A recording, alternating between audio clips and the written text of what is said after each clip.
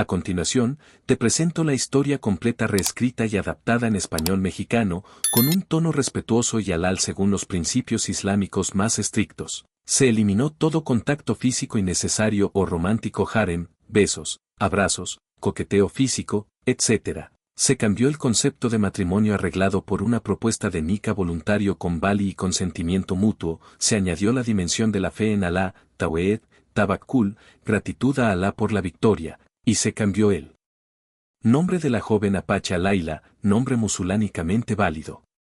También se eliminó cualquier referencia a alcohol, música profana o elementos no islámicos. La aldea apache yacía protegida entre riscos y llanuras infinitas, un rincón de paz donde las casas de adobe se alzaban humildes y el humo de las fogatas subía recto hacia el cielo. Aquella mañana, un grito desgarró la calma. Los niños corrieron hacia sus madres, los hombres tomaron lanzas y rifles. El galope de los caballos se acercaba como un trueno. Los saqueadores venían sin piedad. Ethan Carter cabalgaba por la cresta cuando vio la polvareda en el horizonte. Llevaba semanas vagando de pueblo en pueblo, sin rumbo fijo, pero Alá lo guiaba siempre al lugar donde más se le necesitaba. Su instinto le decía que siguiera de largo, pero los llantos de los inocentes llegaron a su corazón. Recordó las palabras del profeta: quien no se preocupa por los asuntos de los musulmanes no es de ellos. Espoleó su caballo y bajó al galope hasta el centro de la aldea. Los atacantes entraron como una ola de furia. Sin dudarlo, Isen sacó su revólver y abrió fuego con precisión. Cada bala era un medio para defender a los oprimidos, y pedía a Alá que aceptara su intención. Los guerreros de la aldea, al principio paralizados, vieron cómo aquel extraño luchaba por ellos y tomaron valor. Pronto combatieron hombro con hombro. En medio del caos, Isen vio a un niño pequeño paralizado junto a una choza. Corrió, lo levantó con cuidado y lo puso a salvo detrás de un muro. «Quédate aquí y haz dúa a Alá que nos dé la victoria», le dijo. El niño, con ojos llenos de miedo y admiración, asintió. Alá concedió la victoria. Los saqueadores, humillados, huyeron. Cuando el polvo se asentó, el jeque de la aldea, un anciano de barba blanca llamado Nube Blanca, se acercó con paso firme. «Hermano, Alá te trajo hasta nosotros. Salvaste a nuestro pueblo cuando todo parecía perdido. Que Alá te recompense abundantemente». Isen bajó la cabeza con humildad. «Todo bien viene de Alá, yo solo fui un medio». El anciano continuó.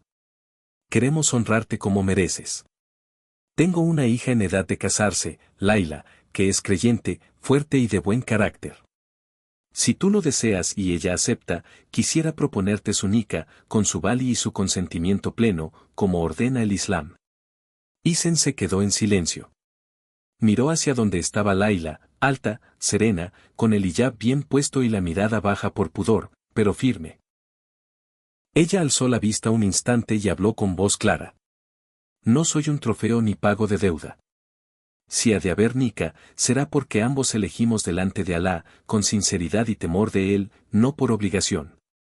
Isen sintió que su corazón, endurecido por años de soledad, se ablandaba. «Tienes razón, hermana. Que sea como Alá quiera y como tú decidas libremente». En los días siguientes, Isen se quedó en la aldea. Aprendió sus costumbres, rezó con ellos en congregación, ayudó a fortificar el lugar y enseñó tácticas de defensa sin transgredir la sharia. Los hombres hacían guardia, las mujeres cuidaban a los niños y preparaban comida halal. Por las noches, se reunían a recordar el Corán y las historias de los profetas. Laila destacaba entre las mujeres, enseñaba a las niñas a recitar Corán, a hacer archery para defenderse, como permitió el profeta en su época, y a tener tawakkul en Alá. Isen la observaba desde lejos con respeto y admiración, bajando la mirada cuando era necesario. Una tarde, después de la oración del Magrib, Laila se acercó, manteniendo la distancia correcta, y habló. «Alá te utilizó para salvarnos, pero ¿te salvarás tú mismo de lo que te alejaba de él?». Isen entendió. Llevaba años huyendo de su pasado, pero Alá lo había traído hasta allí para encontrar paz y propósito. Pasaron los días, y ambos hablaron a solas en presencia del Vali y de mujeres mayores, como ordena la Sharia, conociéndose por su imán, su carácter y sus obras.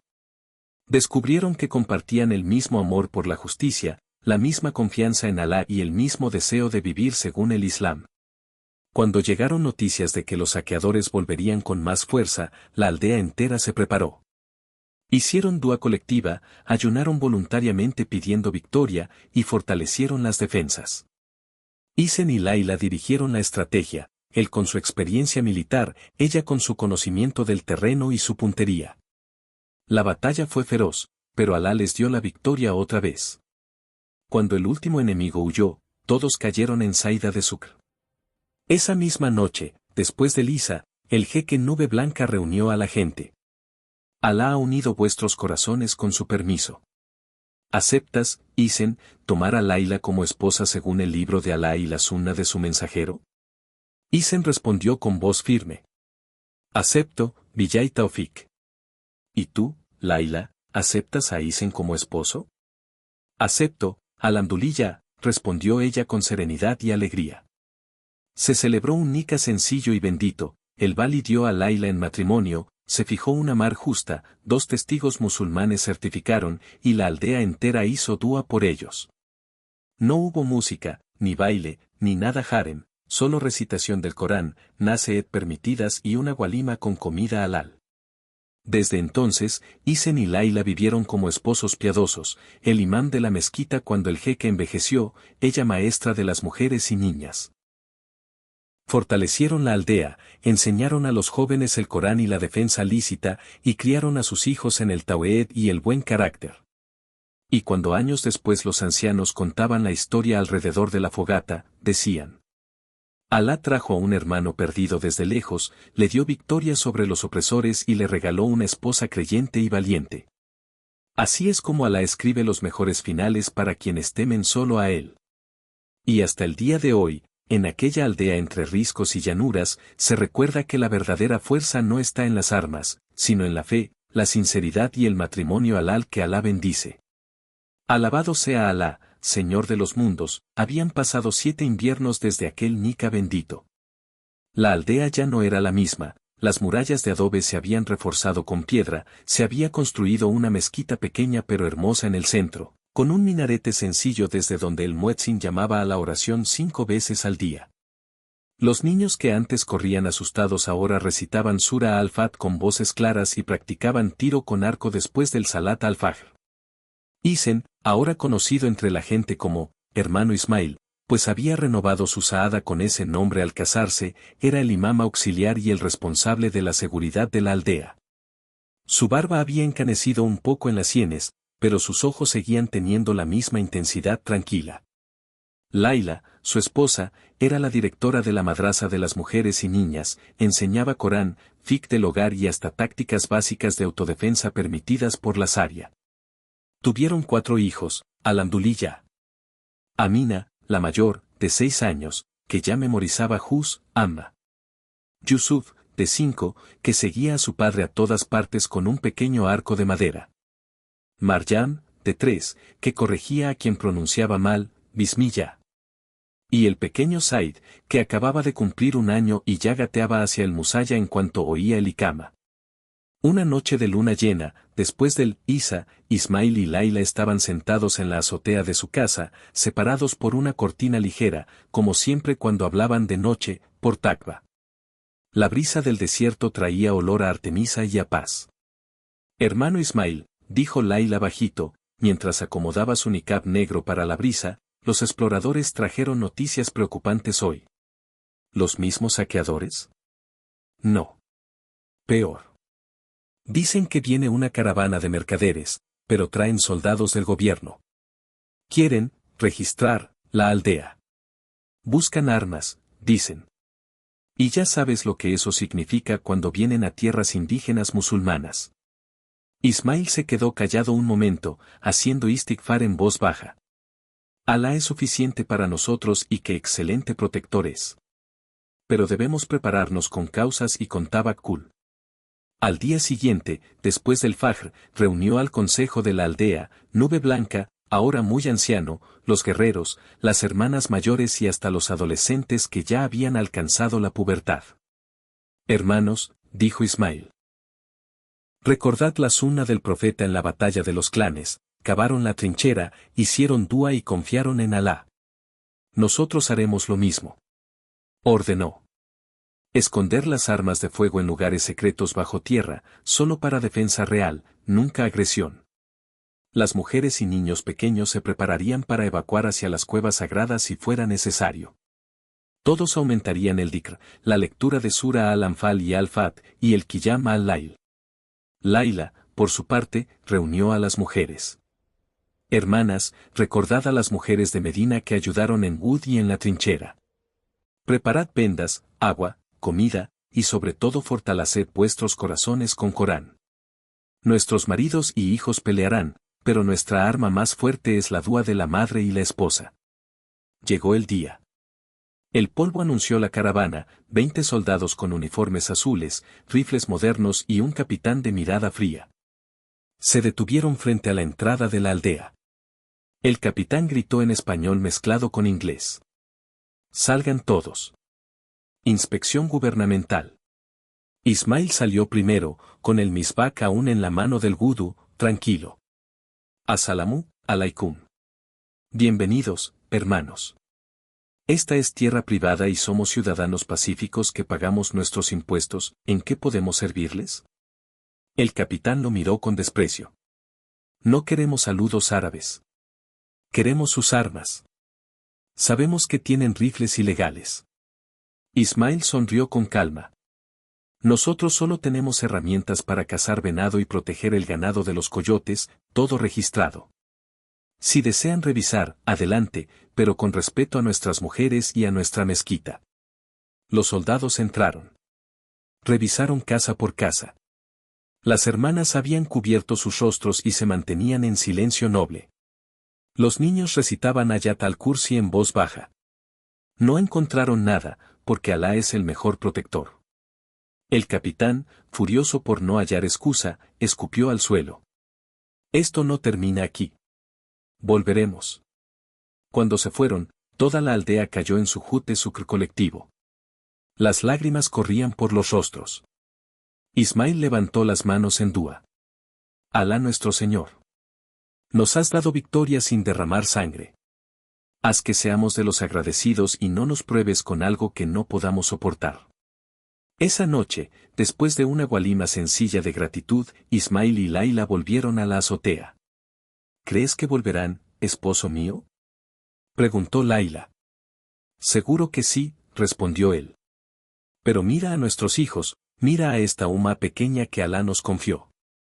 Mientras tengamos imán, Corán y Sunna, ninguna caravana del Dunya podrá vencernos. Laila sonrió bajo su niqab. Y mientras tú estés a la cabeza rezando y yo a tu lado haciendo dúa, esta aldea será como una fortaleza de luz en medio del desierto. A lo lejos, el muezzin llamó al vitr. Ismail y Laila bajaron al musalla. Detrás de ellos caminaban sus 4 pequeños, descalzos sobre la tierra fría, repitiendo, Allahu Akbar, con voces puras. Y así, entre riscos y llanuras, la aldea siguió creciendo. Una comunidad de tawhid, de amor halal, de defensa lícita y de confianza absoluta en Alá. Porque la verdadera victoria no es derrotar al enemigo con balas, sino derrotar al Saitán con sabr, sukr y un matrimonio que Alá mismo bendijo. Y Alá es el mejor guardián, y Él es el más misericordioso de los misericordiosos. Fin de la parte 2, y si Alá quiere, la historia de esta aldea seguirá hasta el día del juicio. 10 años más habían pasado, Subanaya. La aldea ya no era una simple aldea. Se llamaba ahora Madinat at-Tawhid, la ciudad del monoteísmo, y su nombre corría de boca en boca entre las tribus musulmanas de las llanuras. Habían llegado nuevas familias, conversos navajos, lakotas, hasta un grupo de mexicanos chiapanecos que huyeron de la persecución religiosa. Todos aprendieron árabe, rezaban detrás del imam Ismail y vestían con pudor. La mezquita tenía ahora cúpula verde y 2 minaretes. El mercado semanal era famoso por su carne halal, sus dátiles de Sonora y sus alfombras tejidas con versículos bordados. Ismail y Laila tenían ahora 9 hijos, Guayay una bendición tras otra. Amina, 16, ya era hafisa del Corán y ayudaba a su madre en la madrasa. Yusuf, 15, era el mejor arquero de 3 estados y memorizaba hadices de combate. Los gemelos Omar y Othman, 11, competían por ver quién terminaba primero el Justa Barak. Marjan, 13, Fátima, 9, Zainab, 7, el pequeño Bilal, 4, y la bebé Ruqayya que acababa de nacer. Pero la paz nunca es eterna en este dunya. Una mañana de invierno, después del Fajr, un jinete llegó casi muerto de cansancio. Traía una carta sellada con lacre negro. Ismail la abrió y palideció. Era una orden federal. Por decreto presidencial, toda comunidad indígena que no se integre al sistema escolar público y renuncie a prácticas extranjeras será desalojada en 30 días. Las armas serán confiscadas, los niños llevados a internados y la mezquita cerrada por extremismo. El mensajero añadió con voz temblorosa. No es solo contra nosotros. Ya quemaron 2 aldeas musulmanas en Nuevo México la semana pasada. Los niños. Alá nos proteja, los separan de sus padres y les cortan el pelo a la fuerza. En la mezquita, después del tour, se reunió todo el pueblo. Más de 400 almas. El silencio era tan pesado que se oía llorar a los bebés.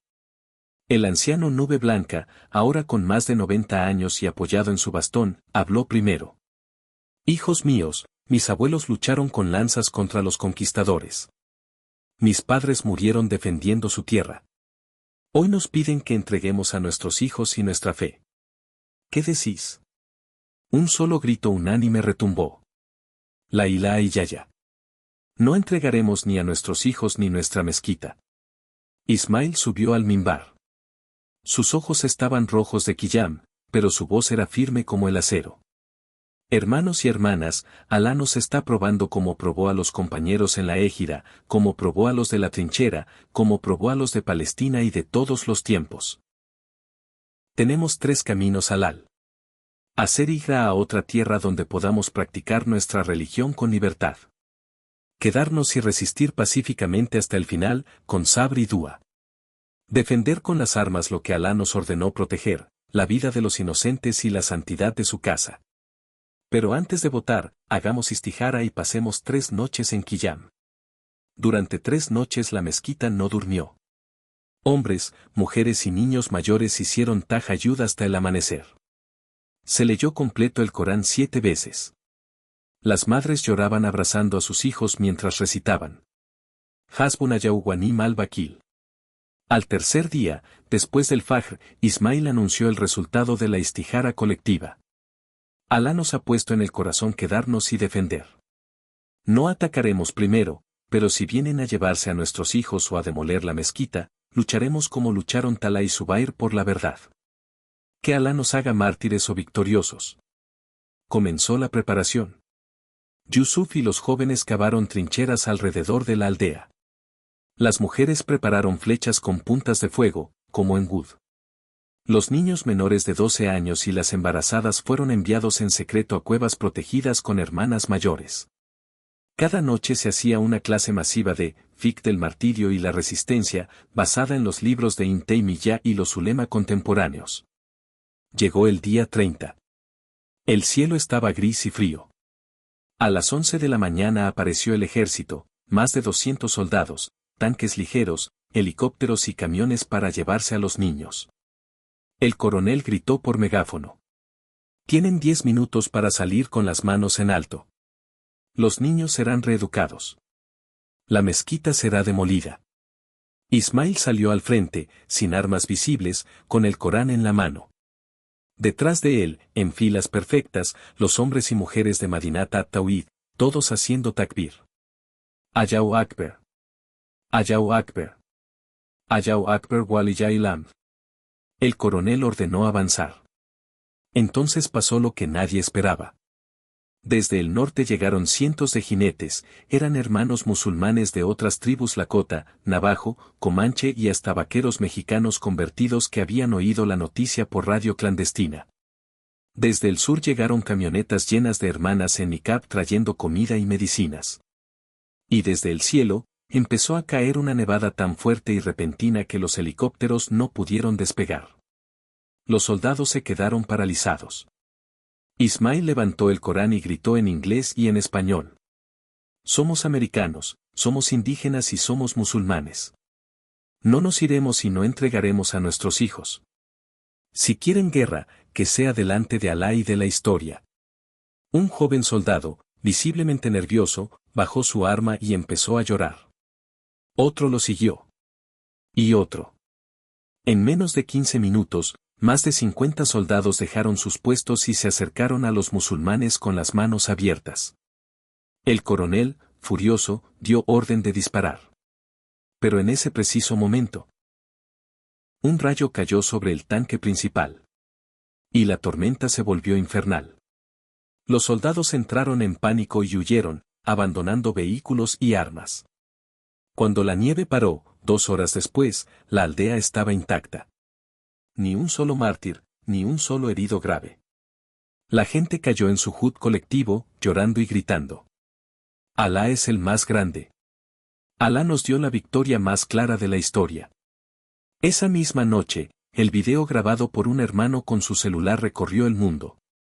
Almohadilla Madinat at-Tawhid se volvió trending mundial. Millones de personas vieron a una comunidad indígena musulmana defender su fe sin disparar un solo tiro, y como Alá envió una tormenta para protegerlos. El gobierno retrocedió. El presidente pidió disculpas públicas. Y Madinat at-Tawhid fue declarada oficialmente zona autónoma de libertad religiosa. Años después, cuando Ismail y Laila ya eran abuelos, seguían contando la historia a sus nietos alrededor de la fogata. Nunca olvidéis, pequeños míos. Las balas pueden matar cuerpos. Pero solo Alá decide quién vive y quién muere. Y cuando un pueblo se une en Tawhid, en Sala, en Sabr y en Dua, ni los tanques, ni los helicópteros, ni los gobiernos más poderosos pueden hacerles nada. Porque la promesa de Alá es verdadera. Ciertamente, Alá defenderá a los que han creído. Surat Al-Hajj, 38. Y hasta el día del juicio, la luz de Madinat at-Tawhid seguirá brillando entre los riscos y las llanuras.